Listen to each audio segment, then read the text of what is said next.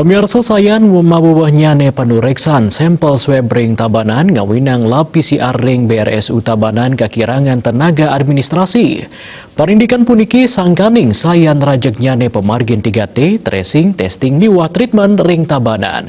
Pengujian sampel rata-rata arahine ngantos satak seket kantos 300 sampel. Domadiosan yening sayhang ring sadurungnya ne antuk rata-rata wantah 6 sampel.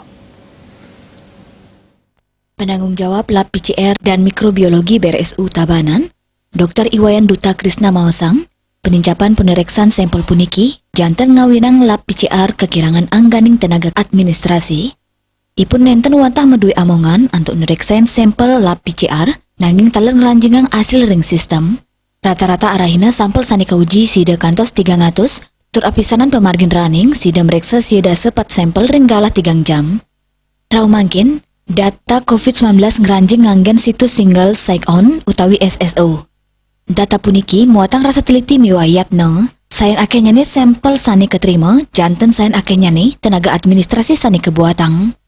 Direktur BRSU Tabanan, Dr. Nyoman Susilo Matutang, ringkanan mangkin iya nih ngelap PCR wanta medui tenaga administrasi antuk ngeranjingan data, puni kemawinan paiketan ipun merencana antuk ngawohin kali tenaga administrasi malih. Permohonan puniki taler kautorang ke Pemkat Tabanan melarapan instansi sani mepaikatan.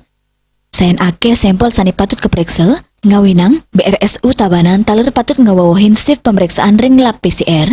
Saking kali shift kerencana yang pacang ke uah dados 3 shift. Nanging, sedurung pawawohan si puniki, BRSU Tabanan patut ngemargiang kajian tenaga miwa anggaran. Puspawati Bali Pos Nguningayang.